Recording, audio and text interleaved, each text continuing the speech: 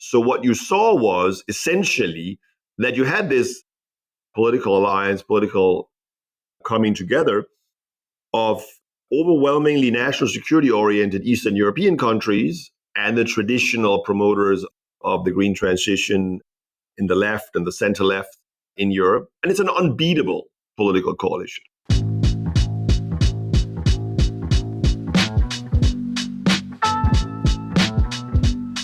Welcome to Policy for the Planet, a new bi-monthly podcast exploring the global response to the climate crisis.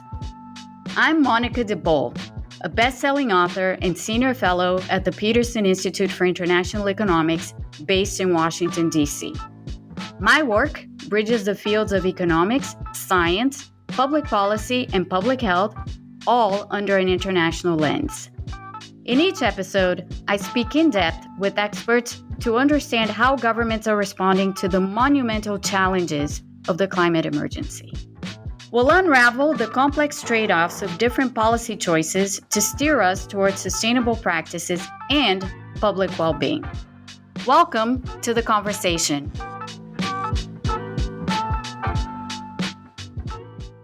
Europe has emerged as a global leader in climate action, proving that ambitious environmental policies can work alongside economic goals. Through innovative approaches like carbon pricing and rapid adoption of renewable energy, the European Union has shown that meaningful climate action is not just possible, it's economically viable. But what makes Europe's approach so effective?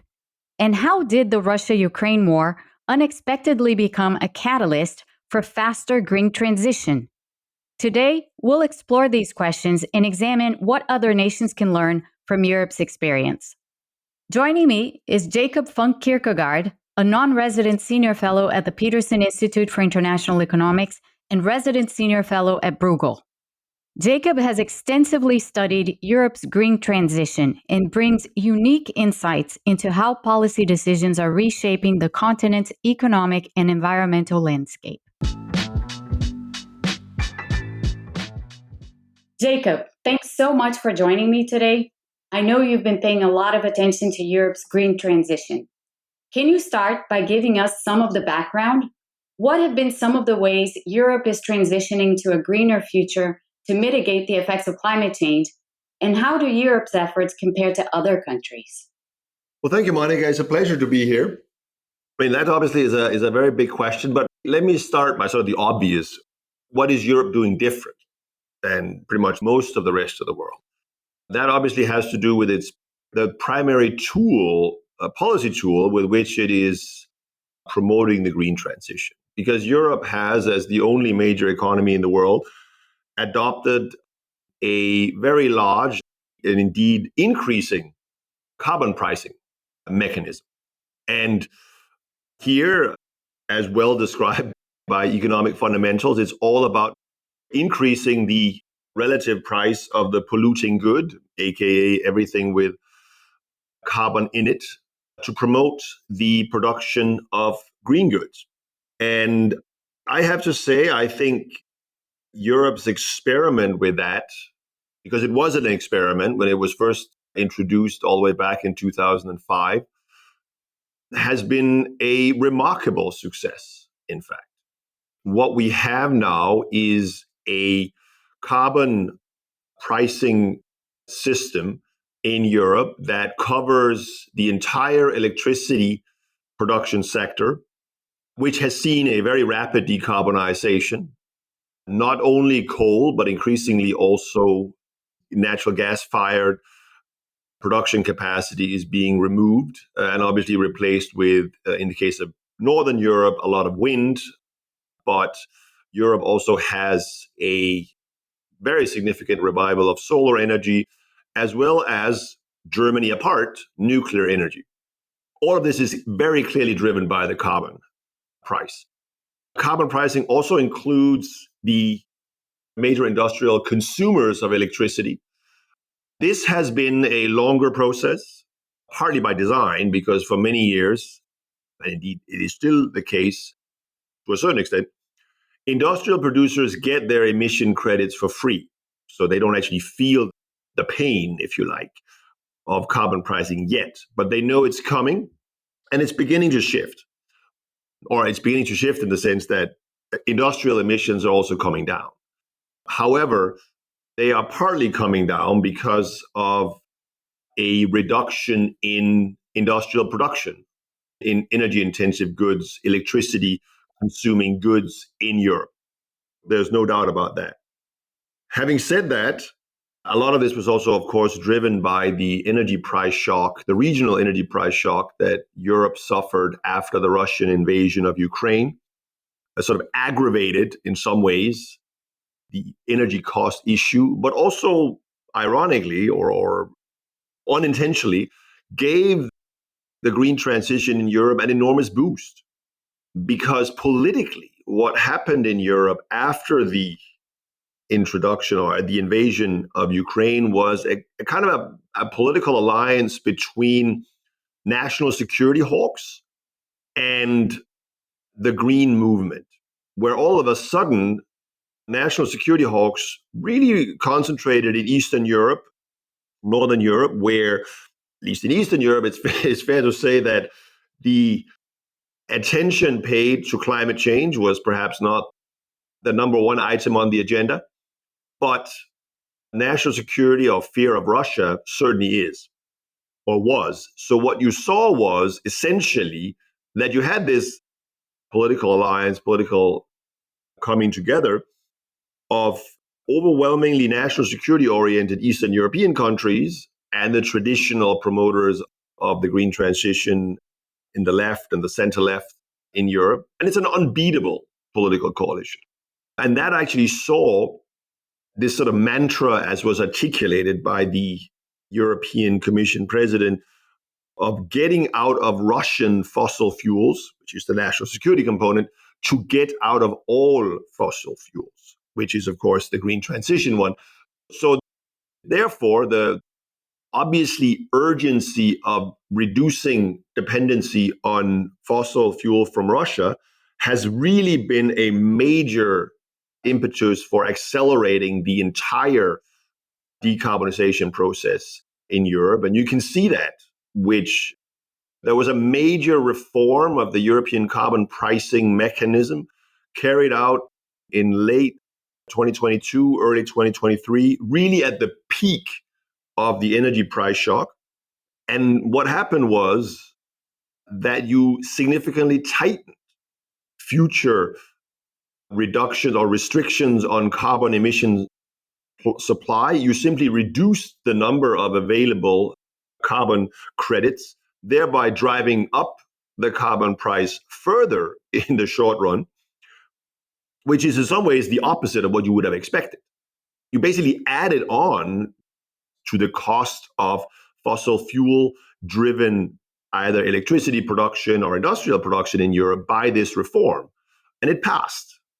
I thought it was to me, it was really quite a striking example of how the war in Ukraine has been really a promoter of the green transition in Europe.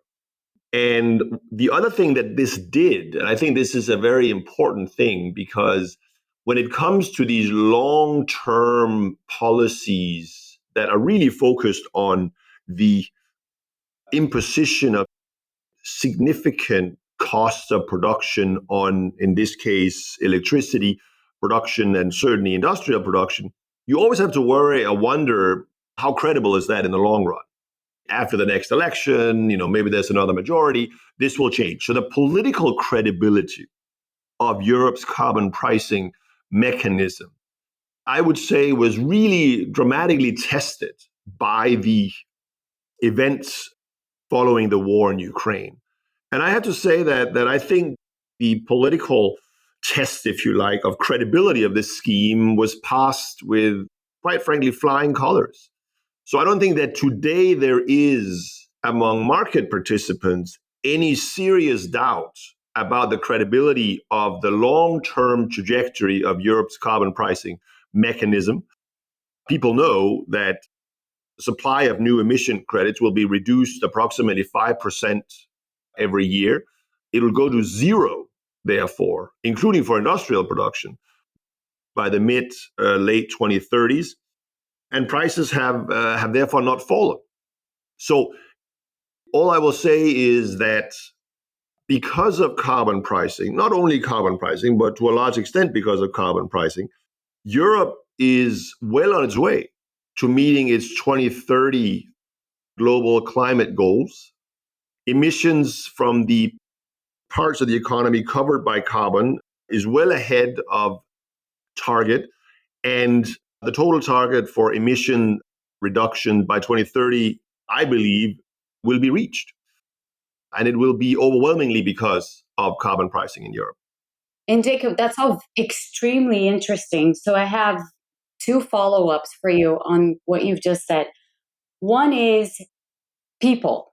How are Europeans looking at the transition and how quickly the transition has gained speed and momentum given the war and everything else that you described? So I would ask you to please give us a sense of how Europeans view the transition. Are they broadly on board? Is it a big issue with voters? How big is it compared to other countries? So if you could speak a little bit about that, that would be fantastic. Yeah, sure. I mean, I think certainly in the immediate aftermath of the outbreak of the war, where literally there was a concerted push by national governments to reduce, first and foremost, natural gas consumption, including, sort of very micro level things like turn down the temperature in offices, turn down the temperature in your own home, particularly the winter of 2022, 2023, put on another sweater. And it worked. European household gas consumption, as well as industrial consumption, but household gas consumption dropped by about 20% in 1 year, and indeed in less than 1 year. And this was really partly because consumers responded. Obviously, they also respond to very significantly, in many countries, very significantly increasing prices. But I think it was also because there was an understanding of the nature of the emergency, obviously not only related to the environment, it was also obviously very directly an outcome of the war. But what it illustrates is, I think, that among the European population, there is a willingness to, even when it comes to your personal well-being or the temperature of your house, there is a revealed willingness to act when it needs to happen. This should certainly also, I think, indicate that those who say that, energy is different and, we can't impose significant changes in the relative prices of energy sources and things like that with, for instance, carbon pricing, they're simply wrong. That actually energy is not different. If prices of fossil fuels are significantly increased, people will use less of it. That really is, for economists, a very heartening experience.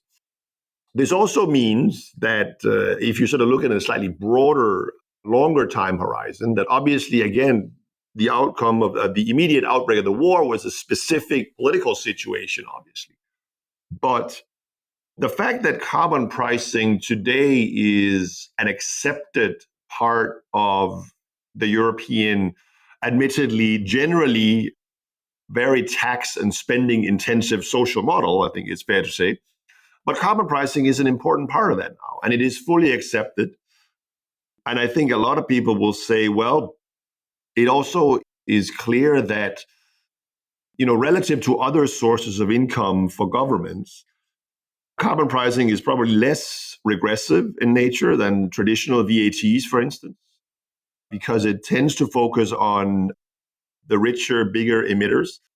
Value-added taxes and high value-added taxes, by high, I mean 20% or more, so 20, 25%, right, is very common. And these value-added taxes tends to be quite undifferentiated, meaning that it is the same if you buy a luxury car or if you buy food or other essentials. The problem with that, of course, is that as a share of their total income, the lower income groups, they consume more. They buy food, they buy clothes, they buy energy products. They have to heat their homes and turn the light on and all. They pay, therefore, relatively speaking, a much higher share of their income in value-added taxes than a rich person, because a high-income rich person tends to save.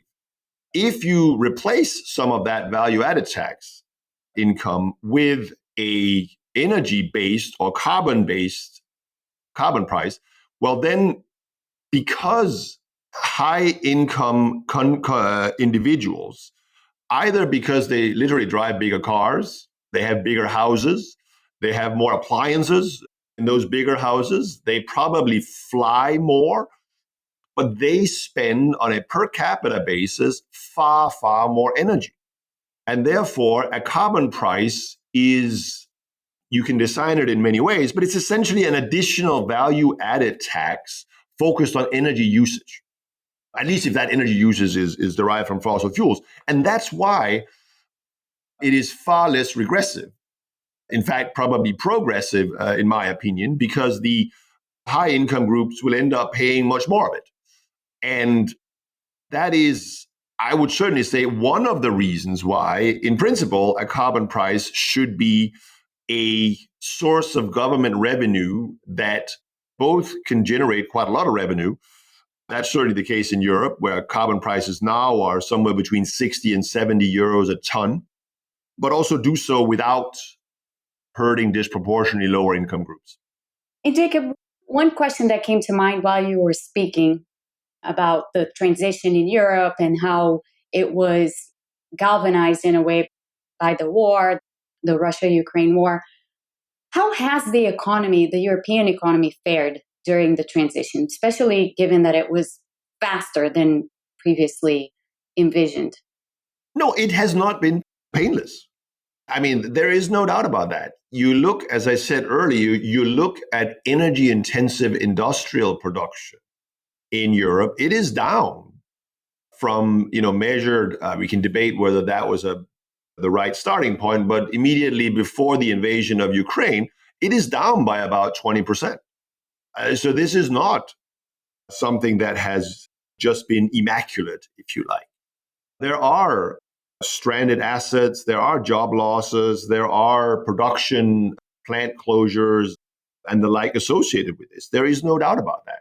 But people understand it, right? From what you're saying, people understand, and they're Well, I mean, I think, yes, people understand it. And obviously, if you're in those affected sectors, well, you tend to protest, right? You want longer transition periods. You want access to, free carbon emission credits and things like that. But so saying that the green transition is all about more investment in green, of course it is also about that. But it is also about shutting down, unless it can be transitioned, if you like, to an electrified basis of production, and that electricity is then obviously from a renewable sources. It is also about shutting down polluting production. And you have certainly had that in Europe, absolutely. But I think there is also one other related aspect where, certainly in comparison to the United States, Europe, but for that matter also China, is actually in a very different situation, because decarbonization, sort of writ large, for major fossil fuel importers like the EU, like China, is a positive terms of trade shock, right? Of course, yes. I mean, there's no doubt that Europe will continue to have to import some critical minerals, and there is a green supply chain that implies that. But compared to, in the case of Europe, structural deficit with the rest of the world in fossil fuels, somewhat depending a little on the level of the oil price, but say, 1.5% to 2% of GDP a year. Decarbonization is, as I said, a major positive terms of trade shock. This is true for China as well. It is true for every fossil fuel net importer in the world. At the same time, of course, the United States is not such a, the US is basically neutral So in the case of the US, decarbonization is a redistributive issue between, the fossil fuel producers and the consumers. So it's sort of California versus Louisiana or something like that. So that's why macroeconomically for Europe, because it reduces the fossil fuel import bill, has significant long-term structural macroeconomic benefits. It doesn't mean necessarily that these are benefits that the individual consumer feels in his or her daily life. But when you're a government and you're making long-term forecasts and sort of thinking about, well, why should I accelerate this transition? Why should I focus on it? Well, if you want to cut your long-term fuel import bill to zero, that's probably one way to do it, right? So there are many reasons why the green transition, broadly speaking, is politically easier in Europe.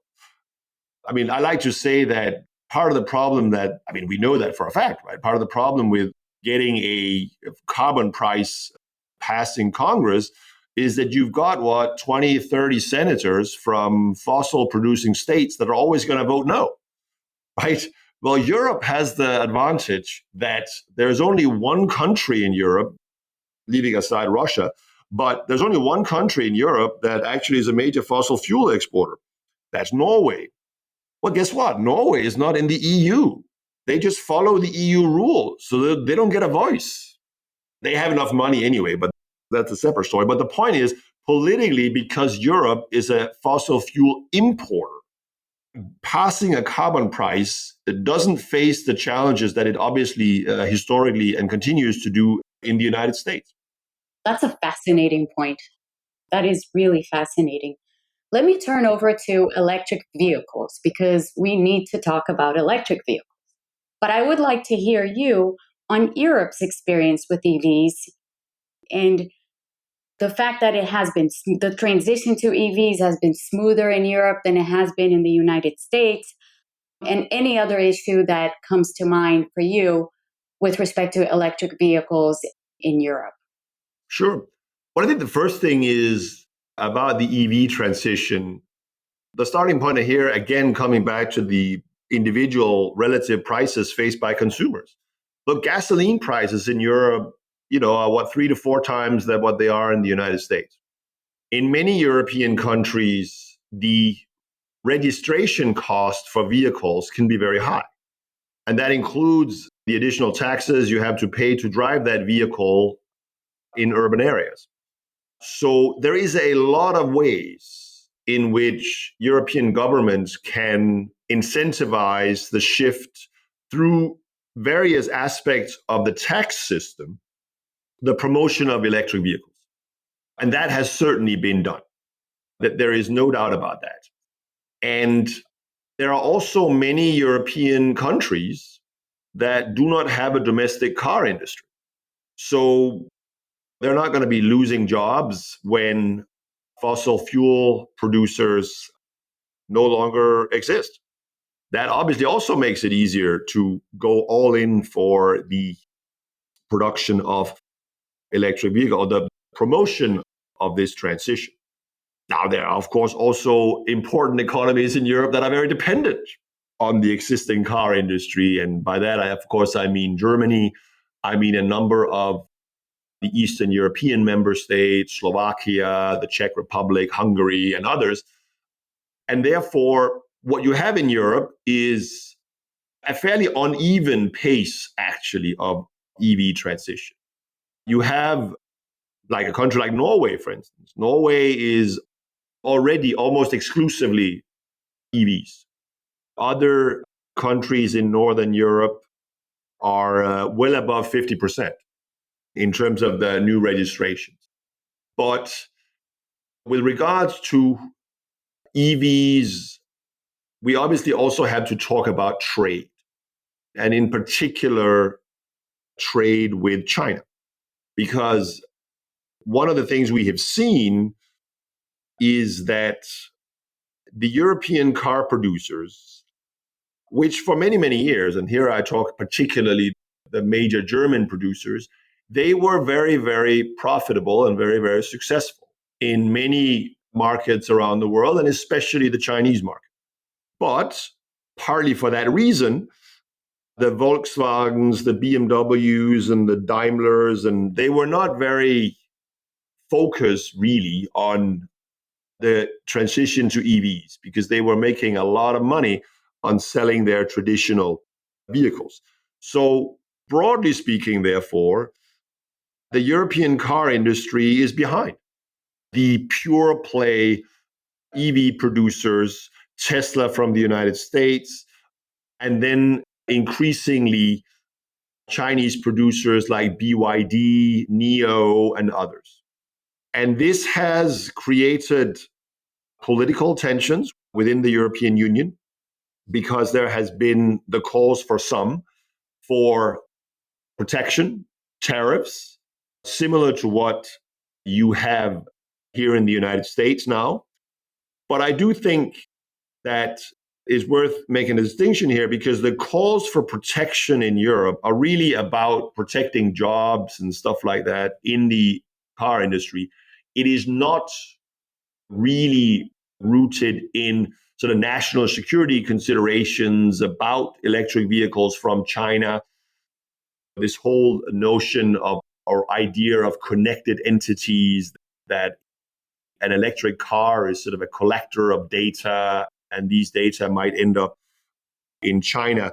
This is much less of a concern in Europe, partly because the broader geopolitical rivalry with China is not there, but also because Europe has already an existing data protection and data retention framework that obviously electric vehicles and the data collected with electric vehicles would also have to adhere to.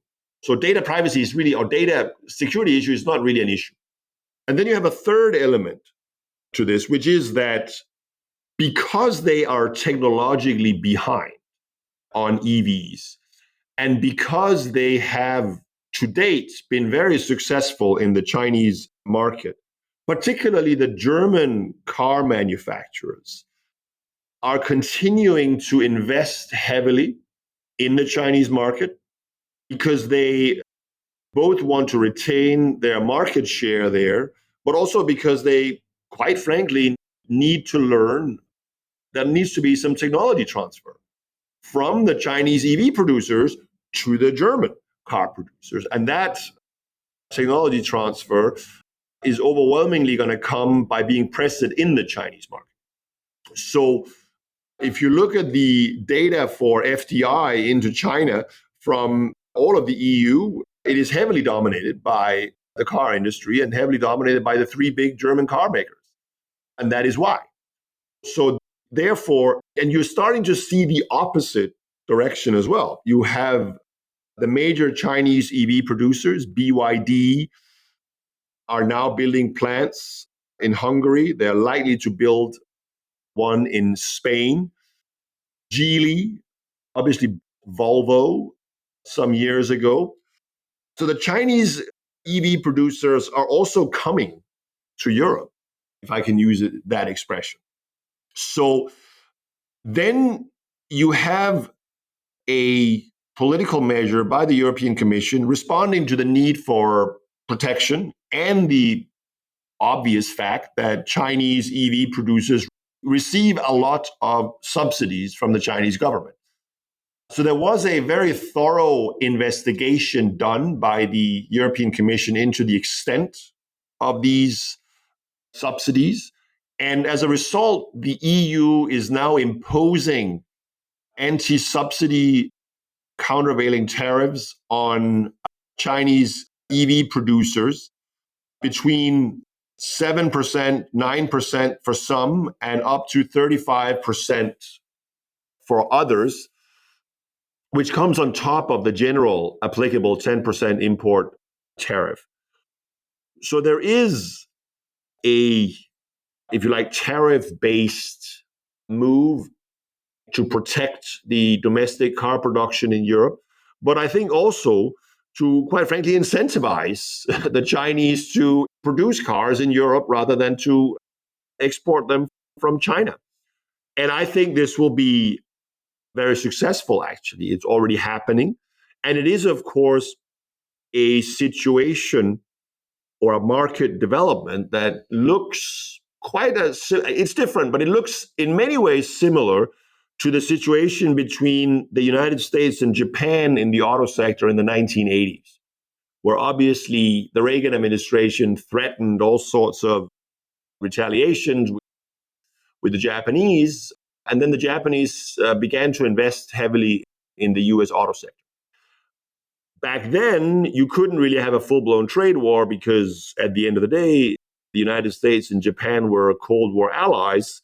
In the same way, today, you can't really have a full-blown trade war between the EU and China because of the dependency or interdependency existing in the auto industry.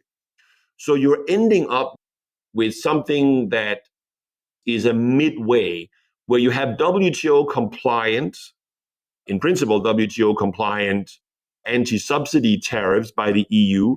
Now the Chinese are going to retaliate. They have said we're going to retaliate against brandy from France, obviously a French product because it was the French who really pushed for these EV tariffs. They might also target some luxury goods from Italy. They might target others. So there will be a tit for tat trade war, but it would be, or trade friction. I wouldn't call it a trade war because the key issue here is that, in my opinion, that this trade confrontation will be adjudicated according to WTO rules. There's now going to be a process in Geneva between China and the EU where they will be presenting their respective tariffs, and then the WTO, the new voluntary bilateral the dispute settlement mechanism will adjudicate. This will take a long time. I mean, it'll take years. But the point here is that the process is designed to restrain and limit the overall extent of the trade friction. And this, of course, is very directly different, or in fact, the mirror opposite of the strategy chosen by the Biden administration. I was going to say it sounds a lot more constructive. Yeah, I mean, I personally think it is because I think the Biden administration's approach of basically going for, and we can debate whether it's protectionism or national security considerations, for full separation between the US and Chinese car sector. That's what we're looking at, right? I mean, with 100% tariffs, there isn't going to be much trade. And obviously, if the Chinese producers begin to build cars in the US, well, maybe. I mean, we don't know for sure, but I would say they're unlikely to try. And obviously, as you know very well, once the NAFTA is up for review next year, the probability of exporting to the US market from Mexico will probably be greatly curtailed. What this will mean, in my opinion, is that the US, perhaps the US and Canadian, maybe all of NAFTA, EV market will be isolated from the rest of the world. And because the EU and Chinese EV markets are heading towards a very high level of integration, and that includes, by the way, at the corporate level, where all of the major European producers have direct EV focused joint ventures or collaborative alliances with Chinese producers. And therefore, economies of scale in the EV sector, where sometimes you talk about, well, one of the outcomes of the US China geopolitical rivalry is the risk of two sets of supply chains. Well, one thing I can assure you is that in the EV sector, the supply chains and the relative economies of scale will be in the China focused, China EU part of that, or that set of supply chains, because that's where the scale is. The Chinese auto market is obviously considerably larger than the US one already. China is already on a month to month new car sales basis over 50% EVs. by far the biggest EV market in the world. So it makes perfect sense for the Germans to say, look, we got to be present big time in the biggest market in the world. And they are. And this will continue. And this will, as I said, in this sector, but I think it is broadly applicable to many other sectors directly relevant to the green transition, where simply the Chinese market is the biggest in the world, far bigger than the US market. And therefore, there will always be commercial logic in Europe will therefore dictate that in these sectors, that the European producers remain directly, or that trade and investment channels between China and the EU remains open. The problem, of course, politically there is that the political relationship between China and the EU is greatly strained, particularly because of the war in Ukraine and China's support for Russia. And of course, the fact that, NATO and 70 years of transatlantic political alliances. But it is, as I said, the commercial logic is very clearly in favor of integrating, and it's happening, between the European and Chinese EV sectors. This gives, in my opinion, much better cars, certainly much cheaper cars, much better consumer choice, and ultimately, therefore, a much faster transition to EVs. And I think the outcome, unfortunately, therefore, is quite negative for the US. EVs will be more expensive. There will be fewer choice to have them. And therefore, the transition to EVs of the entire US auto fleet will take a lot longer. So, big picture now, last big picture. What do you think is the most important lesson Europe has seen from the big push towards green transition, and what more needs to be done? No, I think the big thing that Europe has shown that the rest of the world should learn from is that carbon pricing really works. Carbon pricing works exactly the way, and yes, we economists said it would. If you add to the price of something, people will use less of it. And that includes the fossil fuel produced energy. It is not a special thing. It just isn't. And then it has the advantage also that it raises revenue. It doesn't cost us hundreds of billions of dollars or euros in subsidies, right? And it can be done. Europe has done it. I will be the first to say that, look, Europe started in 2005, took about 15 years to figure out how this really works with regards to supply and demand of emission permits. But there's no reason that other countries should make all those mistakes themselves. They can just learn from Europe. So that I really think is what Europe has done that the rest of the world needs to do. What Europe hasn't done yet, and partly because of its own political systems, its fiscally restrained unwillingness to invest enough. What Europe hasn't done, and other countries haven't done either, this is true in the United States, it's true in China, it's arguably true anywhere, Europe has not invested enough in its domestic electricity grid.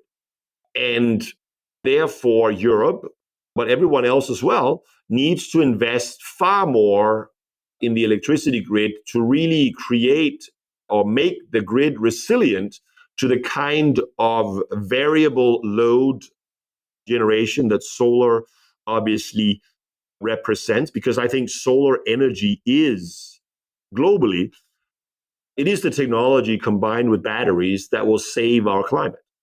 I just think that that's a fact, but it won't happen unless our broader electricity grid is equipped to do so. And that requires money. And a lot of that money, yes, it will be public investment. So it will be taxpayers' money. And Europe, partly because of Europe's idiosyncratic policy-making problems, hasn't gotten there yet. So that is where I hope the next big push will come from, in Europe and everywhere else.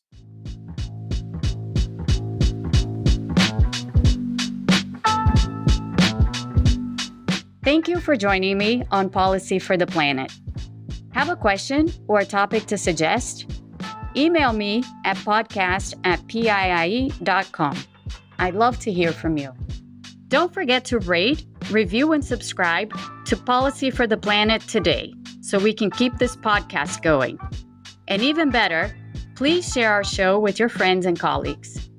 Special thanks to Jennifer Owens and Alex Martin, our producers, and Melina Kolb, our supervising producer. This podcast is brought to you by the Peterson Institute for International Economics. Learn more at PIIE.com. Until next time, here's to creating meaningful impact.